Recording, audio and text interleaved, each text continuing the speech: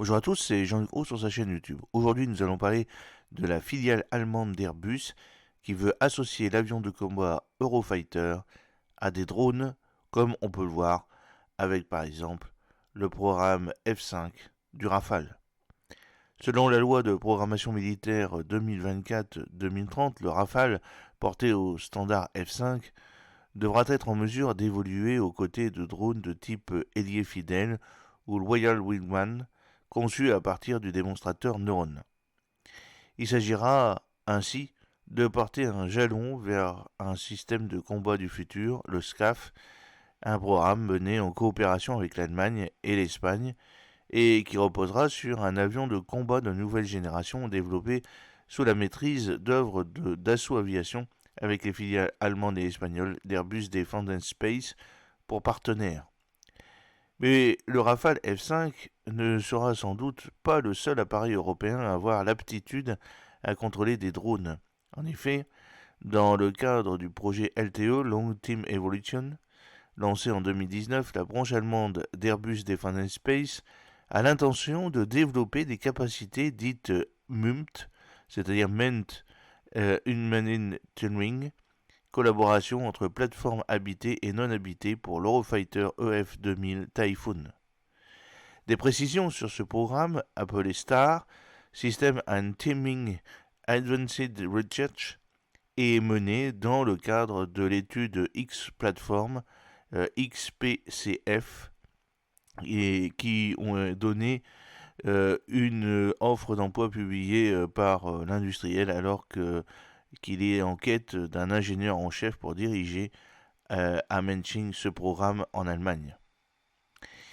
Il est ainsi question de développer un démonstrateur STAR basé sur un Eurofighter EF-2000 Typhoon biplace doté notamment d'une nouvelle connectivité afin d'explorer des technologies relatives aux interfaces homme-machine IHM et qui serviront ensuite aux futures applications du SCAF.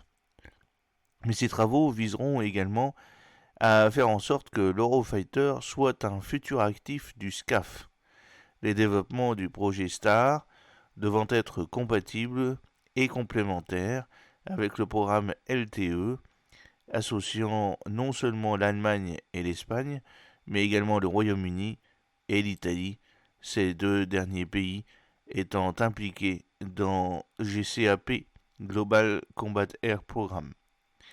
Le LTE constituera un pont vers les futurs systèmes aériens de combat respectifs, SCAF et GCAP, précise d'ailleurs le consortium Eurofighter formé par BAE Systems, Airbus et Leonardo, et d'ajouter certaines des technologies que nous étions censés avoir en mature ne le sont pas pour l'instant et nous devons les examiner car nous voulons être en mesure de pérenniser autant que possible les Eurofighter 2000 Typhoon.